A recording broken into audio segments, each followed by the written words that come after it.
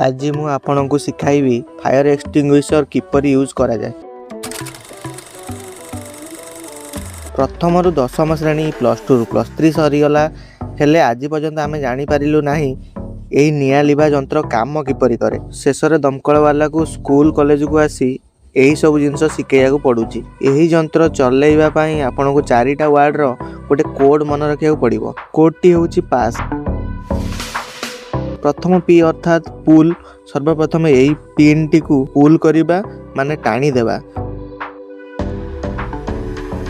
जदि यही भली क्लिप भितर थाए तेबे ताकू भी बाहर करिनवा। द्वितीय ए अर्थात एम माने निया लागिथिबा स्थान को टार्गेट करी यही भली मूल को धरिबा। तृतीय एस अर्थात स्क्वीज माने यही भली चिपिबा।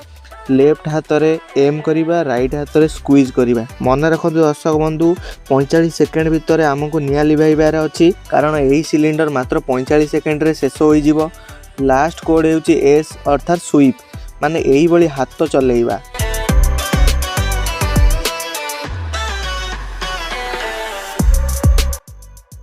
आपन गोटे वार्निंग रोची, मन रखिबे राइट हाथ रे जेपरी भल से चिपुथिबे एही भली आपन फायर एक्सटिंग्विशर यूज करि परिबे।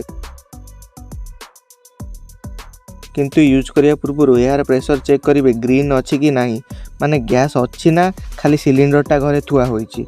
यही यंत्र यूज करिवा बेले नई की यूज करिवे, नले आखिरे धुआं पसी जिवो। यही फायर एक्सटिंग्विशर रो मध्य टाइप रही। ए टाइप रे हमरो वुड पेपर टेक्सटाइल पई यूज हुए। बी टाइप रो हमरो फ्लेमेबल लिक्विड जेपरी पेट्रोल डीजल गैस इत्यादि रे यूज हुए। सी टाइप हमरो गैसियस फायर माने इलेक्ट्रॉनिक गैजेट रे एवं इलेक्ट्रिक ट्रांसफॉर्म बड़ी जिनस रे यूज हुए।